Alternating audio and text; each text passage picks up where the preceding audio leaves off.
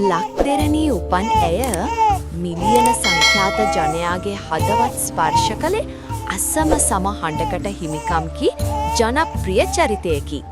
ළමාවියේ පටන්ම ඇය සතුවේ සංගීතයටම කැප වූ දිවියකි.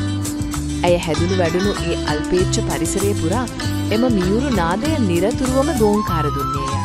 කාලයත් සමග ඇයගේ සහජ කුසලතාවයන් ඔප්නැංගුණු අතර ඇයගේ මනමෝහනීය කටහඬ මුළු මහත් ජාතියම මවිතයට පත් කරමින් ඇයව අභිමානවත් වේදිකා කරා ඔසවා තැබිය. දශක ගණනාවක් තිස්සේ ඇය ශ්‍රී ලාංකේය හඬ බවට පත් වූවාය. ඇය අපේ සංස්කෘතික අභිමානයේ ජීවමාන සලකුණකි. කාලය කෙතරම් ගෙවී ගියද ඇය ඉතිරි කර ගිය ඒ අමිල උරුමේ නව පරපුරට නිරන්තරයෙන් දිරියක් ලබා දෙයි. ඇයගේ ඒ මියුරු ස්වර රකා ඇයගේ රටවැසියන්ගේ හදවත් තුළ සදාකාලිකවම නොමෙකී පවතිනු ඇත. ලතා වල්පෝල නම් වූ ඒ මහා ගාන්ධර්වයාණන් අපෙන් සමුගත්තද ඇයගේ ඒ අමරණීය ස්වර දහම ශ්‍රී ලාංකේය සංස්කෘතියේ නොමැකෙන සලකුණක් ලෙස සදා අමරණීය වනු ඇත.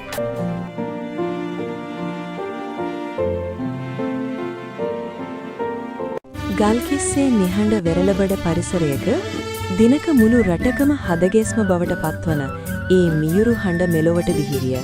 චිත්‍රාගාරවල දීප්තිමත් ආලෝකයට බොහෝ කලකට පෙර ඇගේ සහජ දක්ෂතාවය පෝෂණය වූයේ ගමේ පල්ලියේ ශුද්ධ වූ පූජාසනය අසලිනි.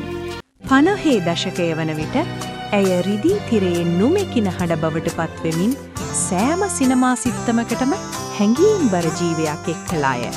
ඇගේ ජීවිතයේ මෙන්ම සංගීතයේද සහකරු සමග එක්ව ඇය කාලය පරාජය කළ අමරණීය යුගල ගීත සමුදායක් දයත දායාද කළාය. ඇගේ දිවියේ සැඳෑ සමයේ පවා ඒ ලංකා කෝකිලාවිය අතීතයේ සහ අනාගතයේ යා කරන පාලමක් ලෙස නව පරපුරට නිරන්තරයෙන් ආදර්ශයක් වූවාය. ඇය අද අප අතරින් සමුගන ගියද ලතා වල්පොලයන්ගේ ඒ අමරණීය ජීහඬ ශ්‍රී ලාංකික අපේ හදවත් තුළ සදාකාලිකව රැව් පිළිරැව් දෙනු ඇත. ලයාන්විත රිද්මයකින් සහ සුන්දරත්වයකින් පිරි ඇගේ හඬ කඳුකරයේ සුභා සෞන්දර්යය සහ තාරුණ්‍යයේ ජවය මනාව විදහා දැක්විය. ඇගේ ස්වරය හුදු විනෝදාස්වාදයෙන් ඔබ්බට ගොස් දහස් සංඛ්‍යාත ජනතාවකගේ අධ්‍යාත්මික සුවය සහ භක්තිය උදෙසා වූ පූජනීය හඬක් බවට පත්විය. සඳ එළියමෙන් සිසිල් වූ ඇගේ යුගල ගීත දශක ගණනාවක් පුරා මෙරට පෙම්වතුන්ගේ හදවත් සනසන මියුරු සංගීතයක් විය.